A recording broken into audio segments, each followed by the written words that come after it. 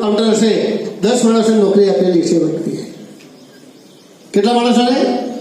10 માણસોને નોકરી આપેલી છે માત્ર ચાની લારીઓ. પણ આપણે તો કામ કરવાની શરમ આવે છે. શું આવે છે? પપ્પા હાથે કામ કરવું હોય તો શરમ આવે આપણને. પપ્પા હાથે ખેતીનું કામ કરવું હોય તો આપણને શરમ આવે. હે પપ્પા હાથે શાકભાજીની લારી ચલાવી હોય તો આપણને શરમ આવે. દોસ્તો, અમારું નિવેદન છે આપ સૌને, તમે કોઈ કામ માટે શરમ ના રાખજો. કોઈ કામ લાવવું નથી દોસ્તો. કોઈ પણ કામ કરશો તમે મન દઈને તો તમને ક્યારેક ક્યાં ઉછાળી લેશે, આગળ તમને ઊંચાઈ પર ઉછાળી લેશે. પરંતુ એ કામ મન લગાવી કરશો. કોઈ ઇટાળીનું ભાઈ ઇટાળી વિશે કોઈ મિત્રો સ્વાવલંબી ભારત અભિયાન અંતર્ગત આપ સૌ અત્યારથી માનસિક તૈયારી કરો. એક તો નિર્વ્યસની બનો, પોતાના જીવનને સુંદર બનાવો, સુંદર વિચારો વાળા બનો અને સ્કિલ એવી ડેવલપ કરો જેના કારણે કોઈ પણ બિઝનેસમાં તમે કામ કરી શકો.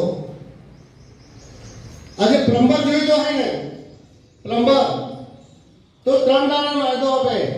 ડોક્ટર એન્જિનિયર અવેલેબલ છે. આજે ડોક્ટર એન્જિનિયરો અવેલેબલ છે. જલ્દી મળી. પોતાના પિતા હાથે કામ કરજો. પોતાના પિતાની દુકાન આવે તો કરિયાણાની દુકાન હોય તો દુકાનમાં જઈને કામ કરજો. પોતાના પિતાની કાપડની દુકાન હોય તો કાપડની દુકાનમાં કામ કરજો અને અનુભવ મેળવજો. તો કામમાં જો આવડત રાખ્યો તો કોઈ આગળ વધી શકે. તને શરમ આવે છે મિત્રો. કામ કરજો દોસ્તો. કોઈ કામ આ દુનિયામાં નાનું નથી, પણ કામ એવું હોવું જોઈએ કે જે તમને ઉપયોગી હોય, તમારા પરિવારને ઉપયોગી હોય અને આ સમગ્ર સમાજને ઉપયોગી હોય તેવું કામ હોવું જોઈએ મિત્રો. દીકરીઓ માટે દીકરીઓ પણ પોતે એટલી મહેનત કરે છે, પોતે ગ્રેજ્યુએટ છે. અરે ત્યાં કરીને વધારે પડતું કામ કરીને ઓછા પૈસા લેવા એના કરતા ઇન્ડિયામાં રહીને સારું કામ કરે અને ઇન્ડિયામાં પોતાના જીવનને આગળ વધારી શકે છે. પોતે પોતાના બાળકોને, પોતે પોતાની પત્નીને, પોતે પોતાના મા બાપને સારી રીતે રાખી શકે છે ધંધો કરવાથી.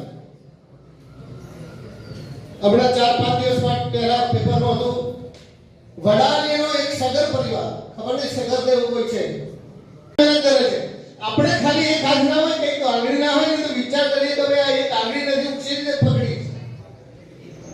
પણ આ માણસ પાસે એક હાથ નથી છતાં એ માણસ એટલું ઝડપી કામ કરે છે. તમે ત્યાં જઈને પ્રેક્ટિકલ જોઈ આવજો દોસ્તો. જીવનમાં આ ઉદાહરણ ઉતારવા જાવ છો. ભારતમાં